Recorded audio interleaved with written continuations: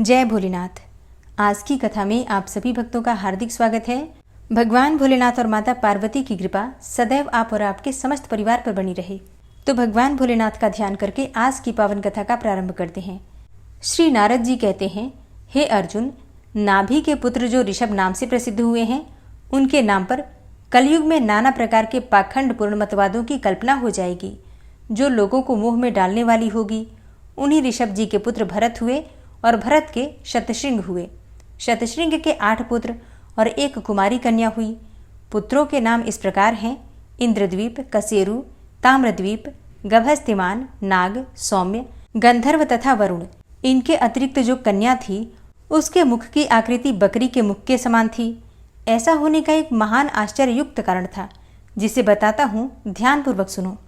महिसागर के तट पर जो स्तंभ तीर्थ है, उसके समीपवर्ती दुर्गम प्रदेश में एक दिन एक बकरी अपने झुंड से भटक कर चली आई। वहां लता पताओं से एक जाल सा बन गया था। बकरी प्यास से पीड़ित थी और वो ज्यों ही उधर से निकली कि लता जाल में फंसकर मृत्यु को प्राप्त हो गई। फिर कुछ समय के पश्चात उसके शरीर का सिर से नीचे का भाग टूटकर सब पापों का निवारण करने वाले सर्वतीर्थ में महिसागर संगम में गिर पड़ा। उस दिन शनिश्चर तथा अमावस्या का भी योग था। अब सिर तो लता गुल्म के उस जाल में फंसकर ज्यों का त्यों ही रह गया था, अतः जल में गिरने ही नहीं पाया। लेकिन बाकी बचा हुआ शरीर महिसागर के जल में गिरा था।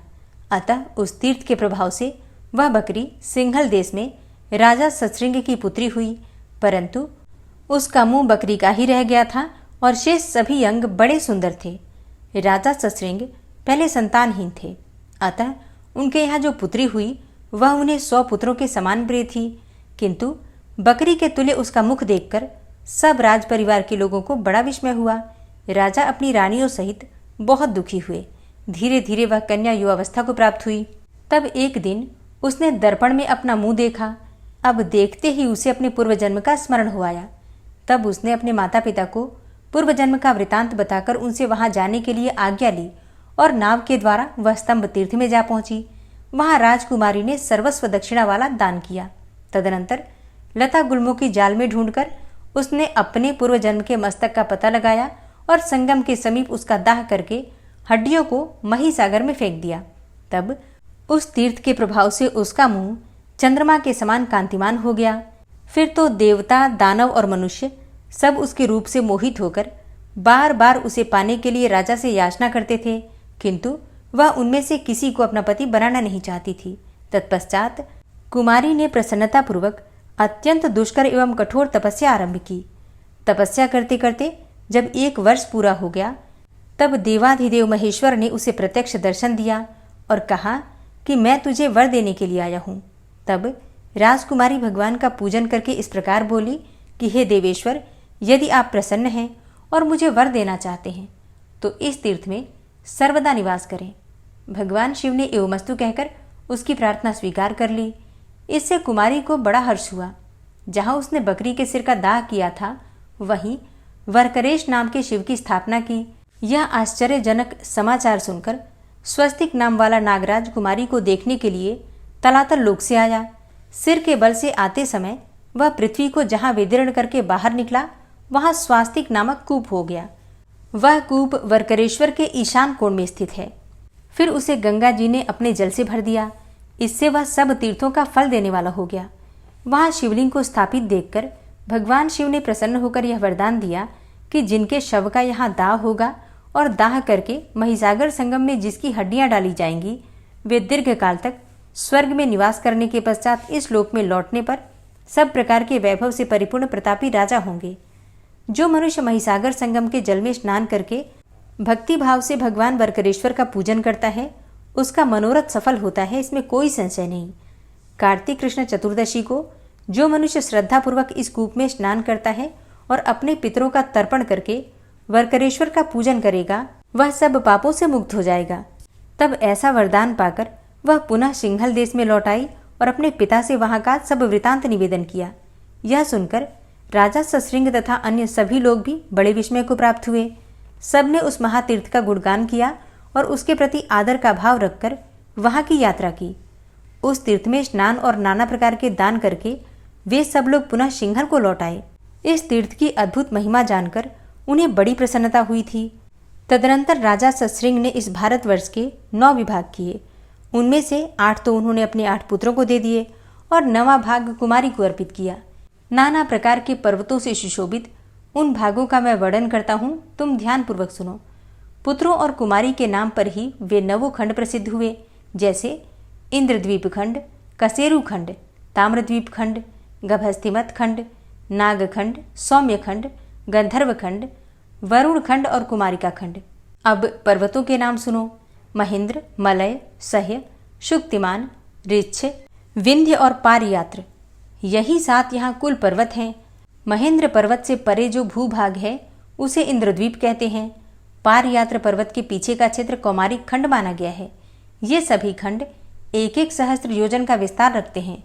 इस प्रकार राजा अपने पुत्रों तथा कुमारी को भारतवर्ष के विभिन्न भाग देकर स्वयं उत्तर दिशा में शतशृंग पर्वत पर चले गए और वहां घोर तपस्या करके ब्रह्मलोक को प्राप्त हुए। इधर महाभाग्यशालिनी कुमारी स्तंभ तीर्थ में रहकर कुमारिका खंड की आय से दान देती हुई तपस्या करने लगी। तदनंतर कुछ काल के बाद कुमारी के 8 भाइयों से 9 पुत्र उत्पन्न हुए, जो महान पराक्रम, बल और उत्साह से संपन्न थे। एक दिन वे सबके सब वहां आकर कुमारी से बोले कि हे शुभे, तुम हमारे कुल की देवी हो, हम पर कृपा करो। हम लोग 72 भाई हैं और हमारे पास 8 खंड हैं। तुम स्वयं ही बंटवारा करके हम सब लोगों को दे दो, जिससे कि हम लोगों में फूट न होने पावे। उनके ऐसा कहने पर सब धर्मों को जानने वाली कुमारी ने भारतवर्ष के 9 खंडों के 72 भाग किए। इस प्रकार 72 देशों और उनके ग्रामों की संख्या का वर्णन किया गया। भारतवर्ष के कुल ग्रामों की संख्या 96,72,36,000 है। इस प्रकार कुमारी ने समुद्र तक के 9 खंडों का विभाग करके वे सब अपने भतीजों को दे दिए। यद्यपि भतीजे अपनी बुआ का अंश लेना नहीं चाहते थे, तथापि उस देवी ने अपना भाग भी उन्हें ही दे दिया। इसलिए इन सब देशों में कुमारी खंड ही चतुर्वर्ग का साधक होने के कारण सबसे श्रेष्ठ बताया गया। उसमें भी महिसागर संगम ही गुप्त क्षेत्र है, जिसे कि कुमारी जानती थी। अतः उस गुप्त क्षेत्र में कुमारेश भगवान का पूजन करती हुई वह महान व्रत का पालन करने लगी। कुमारी वहां के 6 कुंडों तथा संगम में स्नान करती हुई उस तीर्थ में वास करने लगी।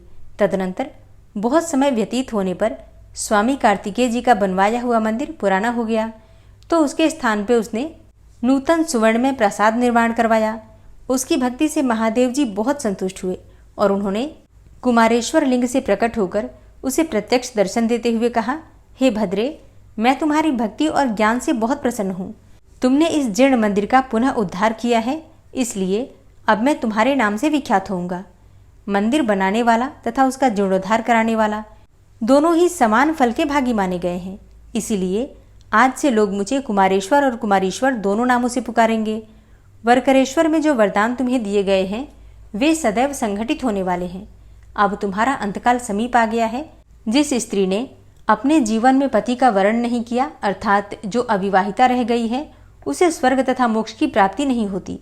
इसलिए इस तीर्थ में सिद्धि को प्राप्त हुए महाकाल को तुम पति के रूप में अंगीकार करो। तब भगवान शंकर के ऐसा कहने पर कुमारी ने महाकाल को पति के रूप में स्वीकार किया और महाकाल के साथ ही वह भी रुद्रलोक में चली गई। वहां पार्वती जी ने उसे हृदय से लगा लिया और हर्ष से भरकर बोली, हे शुभे, तुमने पृथ्वी को चित्रलिखित सा कर दिया, इसलिए चित्रलेखा नाम से प्रसिद्ध मेरी सखी होकर रहो। तब से वह चित्रलेखा नाम वाली सखी होकर पार्वती जी के साथ ही रहने लगी। किसी ने उषा को चित्र द्वारा अनिरुद्ध का परिचय दिया था। वह योगिनियों में सर्वश्रेष्ठ तथा महाकाल की प्राण वल्लभा हुई। इस प्रकार राजकुमारी ने कुमारीश्वर तथा वरकरेश्वर लिंग को स्थापित किया। हे अर्जुन, यहाँ मरे हुए मनुष्यों का दाह करना और उनके हड्डियों को संगम के जल में डालना प्रयाग से भी अधिक उत्तम माना गया है। जय भोलेनाथ। ओम जय शिव ओमकारा, प्रभु हर शिव ओमकारा, ब्रह्मा विष्णु सदा शिव अर्धांगी धारा। ओम जय शिव ओमकारा, एकानन चतुरानन पंचानन राजे, हंसानन गरुड़ासन वृषवाहन साजे।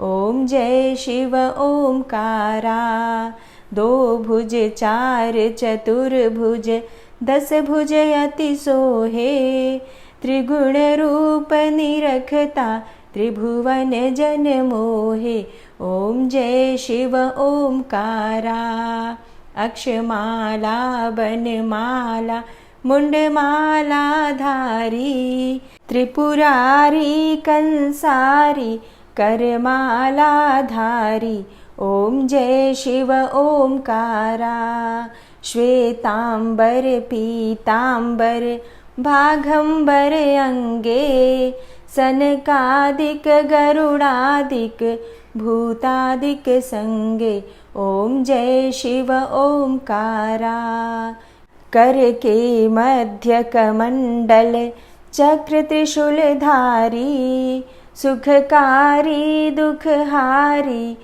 जगपालनकारी ओम जय शिव ओमकारा ब्रह्मा विष्णु सदा शिव जानत अविवेका प्रणवाक्षर में शोभित ये तीनों एका ओम जय शिव ओमकारा लक्ष्मी व सावित्री पार्वती संगा पार्वती अर्धांगी शिवलहरी गंगा ओम जय शिव ओमकारा पर्वत सोहे पार्वती और शंकर कैलाशा भांग धतूर का भोजन भस्मी में वासा ओम जय शिव ओमकारा जटा में गंग बहत है गल मुंडन माला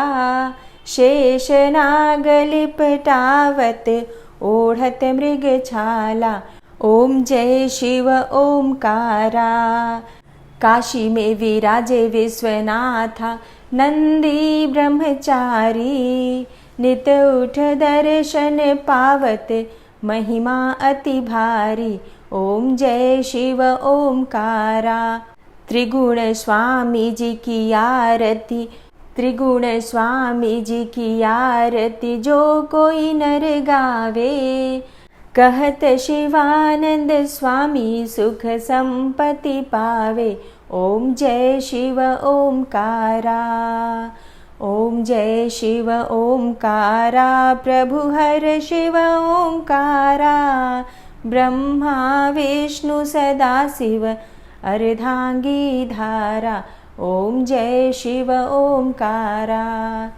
प्रेम से बोलिए भगवान भोलेनाथ की जय, माता पार्वती की जय।